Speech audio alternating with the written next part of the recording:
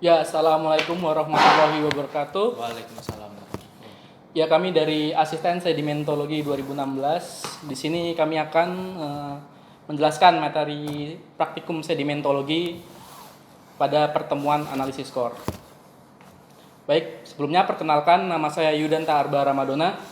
Dan saya Rian Rangga Suditama dari Asisten Sedimentologi Angkatan 2016. Oke, lanjut ke materi. Jadi sebenarnya apa sih itu core?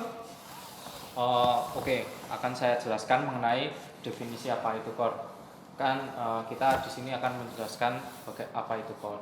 Nah, dari situ kita harus tahu definisi awalnya terlebih dahulu. Apa sih itu core? Core adalah merupakan sampel batuan yang diambil dari bawah permukaan bumi dengan menggunakan suatu metode tertentu. Nah, dari core ini sendiri juga terbagi menjadi beberapa jenis. Adapun dua jenis core yang ada pada saat ini yaitu sidewall core sama konvensional core. Untuk konvensional core itu sendiri merupakan core yang diambil bersamaan pada saat pemboran berlangsung. Dan untuk yang sidewall core merupakan core yang diambil pada saat melakukan wireline logging. Jadi kedua jenis core ini berbeda. Nah, mungkin untuk lebih jelasnya akan dilanjutkan untuk pertemuan ke depan selanjutnya. Oke, selanjutnya untuk pengambilan core. Jadi core ini diambil dari bawah permukaan, diangkat ke permukaan untuk mengetahui. Contohnya dari litologinya seperti ada struktur, tekstur yang nanti akan menentukan lingkungan pengendapan suatu batuan. Jadi pengambilan core itu dimulai dari elevasi yang paling tinggi atau dekat dengan permukaan, yaitu di topnya. Biasanya sekali pengangkatan tuh dalam core barrelnya akan diangkat 1 meter kurang lebih. Jadi 1 meter pertama, misalkan pada kedalaman 0 hingga 1 meter akan diletakkan di pojok sini. Di sini 0, di sini 1, kemudian dilanjutkan dengan core barrel selanjutnya yaitu di kedalaman 1 hingga 2 meter akan diletakkan di sebelahnya lagi dan selanjutnya. Jadi per kolom ini ada 1 meter. Jadi urut ya? Ya. Urut. Dimulai dari sini dan dimulai lagi dari sini. Seterusnya hingga ke bagian bottom dari core block itu sendiri. Ya, betul. Mungkin untuk sebelum masuk ke lebih rincinya, detailnya untuk deskripsi sampel core, mungkin saya akan jelaskan. Nah, mungkin tujuan dari melakukan analisa core ini salah satunya adalah agar kita dapat mengetahui bagaimana kondisi lingkungan ataupun tempat yang akan kita lakukan, misalnya pengambilan sumber daya misalnya minyak ataupun batu bara. Biasanya kan aplikasi core ini digunakan untuk industri seperti migas, industri batu bara. Kan kalau misal kita ambil data core, kita bisa tahu nih kondisi bawah permukaan yang ada di daerah tersebut. Nah, bagaimana cara mengetahui kondisi bawah permukaan di daerah tersebut, yaitu dengan cara analisis detail dari dari sampel core ini. Ya, salah satunya nanti ada kita harus deskripsi core. Terus nanti hubungannya nanti juga kita harus analisa litofasies untuk mengetahui fasiesnya dan untuk mengetahui lingkungan pengendapannya. Oke, mungkin bisa. Oke, selain itu juga aplikasi dari core ini sangat banyak sekali. Contohnya pada bidang keteknikan. Jadi pada core ini menunjukkan banyaknya batuan-batuan yang terpotong oleh rekahan yang nantinya akan digunakan untuk menentukan dari RPD atau Rock Quality Designation.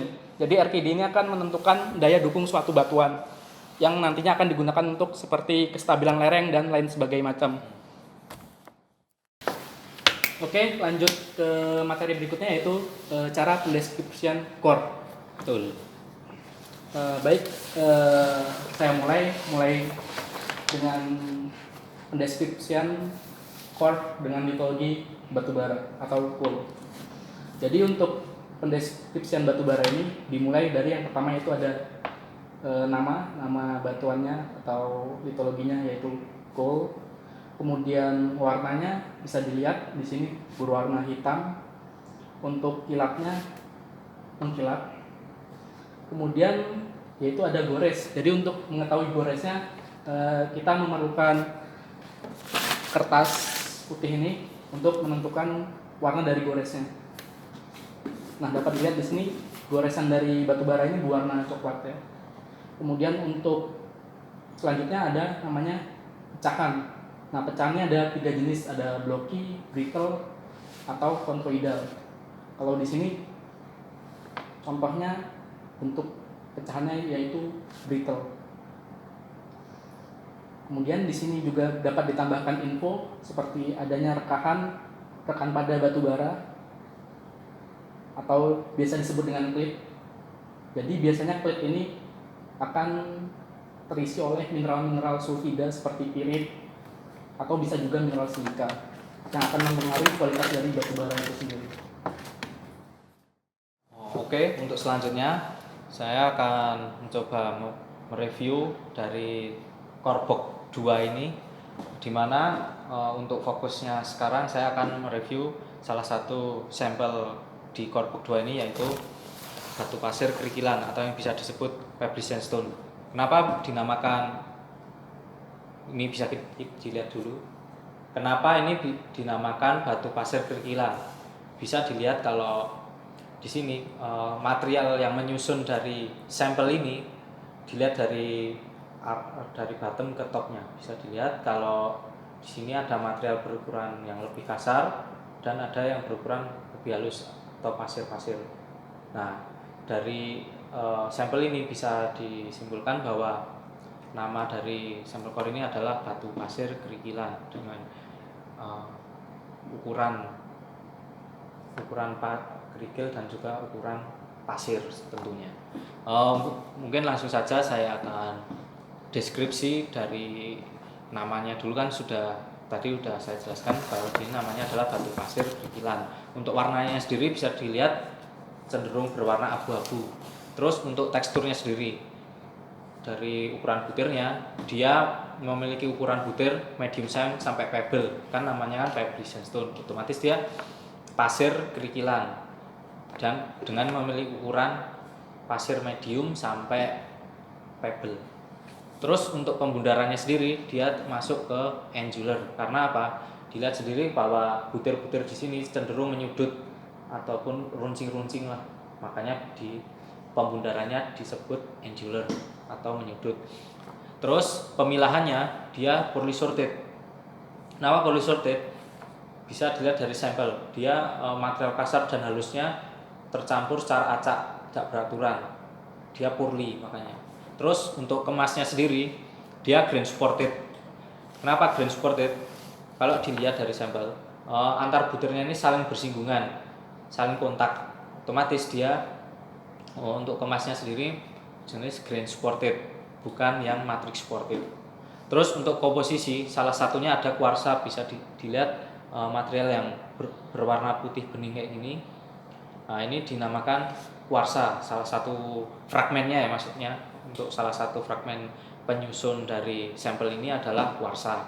Untuk matriksnya sendiri bisa disimpulkan dia tersusun atas material berukuran pasir matriksnya.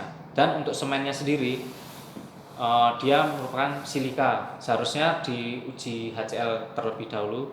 Tadi sebenarnya sudah sempat diuji dengan larutan HCl dan dia hasilnya tidak bereaksi. Oleh karenanya dia disimpulkan bahwa semennya yaitu silika. Untuk strukturnya sendiri, struktur sedimennya bisa dilihat di sini yang dari arah bottom ke topnya. Dia semakin ke arah top, butirannya semakin halus. Nah, struktur sedimen dengan kondisi seperti ini bisa disimpulkan bahwa sampel ini memiliki struktur sedimen berupa graded bedding, di mana semakin ke arah top semakin menghalus materialnya, dari material berukuran kerikil terus sampai ke atas, sampai ke arah topnya dia semakin halus, berukuran sand, material berukuran sand. Makanya strukturnya dinamakan graded bedding. Ya, mungkin untuk contoh review deskripsi dari core 2 ini dulu. Mungkin untuk selanjutnya bisa direview di pertemuan yang akan datang. Oke, kami akan mereview satu core box full mulai dari top dan bottom. Dimulai dari top di situ. Ya, mungkin bisa dilihat kalau yang dari top ini dia materialnya lebih berukuran halus, sekitar lanau lempung ukurannya menurut Glenwood. Dan kalau dilihat seperti ini, dia halus dan kayak memiliki tekstur menyerpih di sampelnya ini. Nah, bisa dikatakan bahwa sampel yang awal dari top ini dinamakan shell ataupun serpih di sini. Ini bisa dilihat juga di sampel yang selanjutnya. Dia terlihat menyerpih nih, ada seperti garis-garis hasil dari kayak seperti hancuran-hancuran seperti itu. Terus dia ukuran butirnya cukup halus, sekitar lanau lempung. Nah, dan ini yang dinamakan sebagai shell ataupun batu serpih dalam bahasa Indonesianya. Sampai sini ya. Kemudian di bawahnya ada sandstone, dapat terlihat ini yang berwarna hitam ini merupakan coal scrap, jadi berupa goresan-goresan coal. Kemudian di bottomnya terdapat struktur berupa flasher, di mana yang hitam ini, yang gelap ini merupakan lempung yang berada di antara batu pasir. Sama ini juga. Yang selanjutnya urutan untuk mereviewkan dari top ke bottom. Arah top tuh dari kanan ke kiri. Terus untuk yang selanjutnya dimulai dari dari kanan juga. Makanya saya akan review mulai dari kanan ini yang baris kedua. Nah, dilihat dari yang sampel yang saya pegang ini, dia memiliki ukuran butir sekitar kerakal dan mungkin sampai ada yang kerikil lah di sini, bongkah maksud saya berangkal kerakal sampai kerikil. Nah, di sini butirannya juga terlihat dia relatif menyudut dan derajat pemundarannya dia relatif menyudut, maka untuk bisa disimpulkan bahwa sampel ini bisa dinamakan sebagai breksi di sini. Terlihat kan? Nah, mungkin untuk yang ini breksi. Yang ini kita nemu lagi lapisan yang berukuran butir halus sekitar lanau lempung. Nah, bisa dikatakan ini sama kayak yang tadi, ada kayak menyerpihnya, serat-seratnya kayak gini. Nah, ini bisa dinamakan sebagai shell ataupun batu serpih. Untuk selanjutnya kan juga ini terlihat butir-butir yang lebih kasar dari lapisan yang di atasnya ataupun yang sebelumnya. Dia berukuran pasir kasar ataupun sampai sangat kasar. Dan di sini terlihat juga nih yang bagian bawahnya ada bagian berwarna hitam-hitam kayak gini dengan cerat-cerat kayak gini. Nah, ini yang dinamakan cerat batu bara ataupun dinamakan coal scratch dalam istilahnya. Ya, ini batu pasir dengan coal scratch yang menyertai di dalamnya.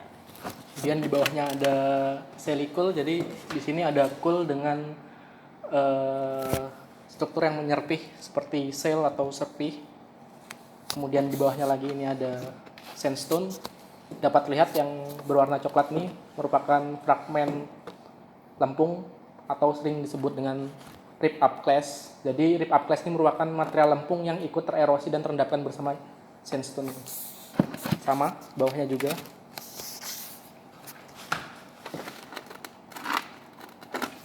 Nah, ini sama mungkin material bukan mungkin ya, ini memang sampel dari core dengan ukuran butir lempung sampai lanau, atau bisa disimpulkan dia batu lanau langsung, masih lanau, berukuran lanau. Ini bisa dilihat ukuran butirnya sangat halus, tidak kelihatan kasar, berukuran lanau, makanya bisa disebut batu lanau. Terus untuk yang ini sama kayak tadi, coal batu bara, tapi terdapat seperti cerat-cerat di sini kayak gorisan ataupun rekahan-rekahan di sini. Nah, ini bisa disimpulkan namanya adalah shelly coal ataupun coal dengan sifat shelly ataupun serpihan. Kemudian di bawahnya lagi ada sandstone, sama ada coal scrap-nya yang warna hitam ini. Kemudian di bawahnya lagi dapat ditemui yaitu ada rip up class, material lempung. Kemudian di bawahnya lagi sama ada coal. Lanjut ke bagian yang sebelah sana lagi. Ini sama yang tadi sebelumnya, dia ukurannya sekitar lanau, bisa dinamakan batu lanau di sini. Nah, ini selanjutnya ada sama lagi, ada batu bara tapi lebih ke kilapnya kilap kaca ya. Ini bisa dilihat dia kalau digores mungkin warna kecoklatan ya dari goresnya. Nah, mungkin ini untuk batu bara yang sama, ini juga batu bara tapi untuk kilapnya berbeda. Ini mungkin lebih ke kilap arang, kalau yang ini lebih ke kilap kaca. Bisa terlihat ya bedanya kilapnya. Yang ini bright, yang ini Ya, dull. yang ini bright, yang ini dull. Ya. Dan di bawahnya lagi sama ada sandstone dengan beberapa coal chip yang berwarna hitam-hitam ini lumayan besar. Kemudian di bawahnya lagi ada batu bara.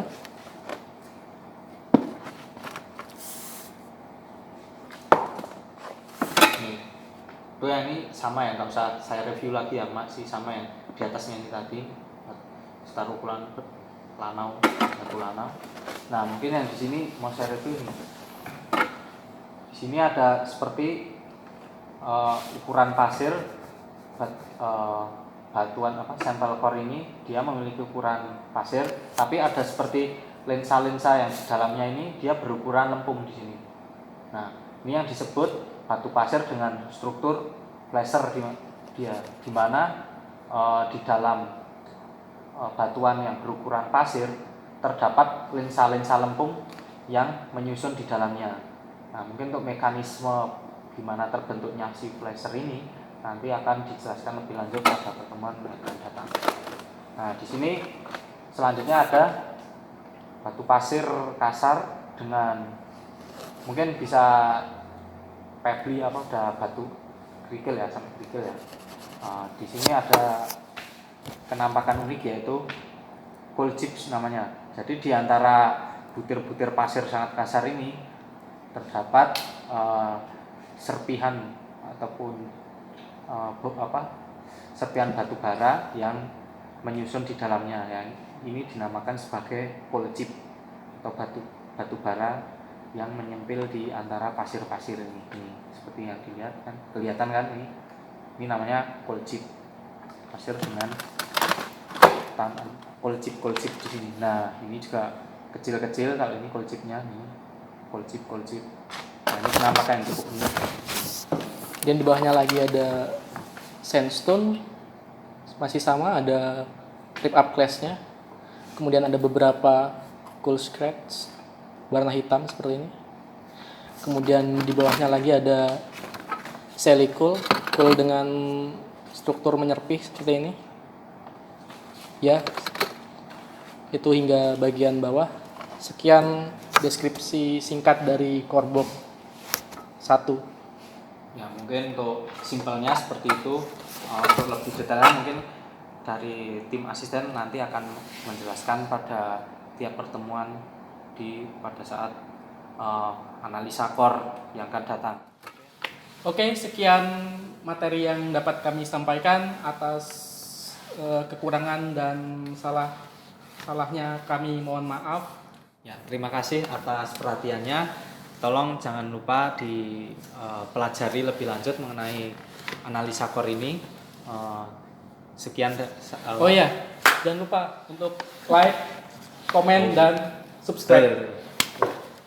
Oke, sekian dari kami. Saya Rian Ranggas dan saya Yudanta, mewakili asisten sedimentologi angkatan 2016 maupun 2017 mengucapkan terima kasih.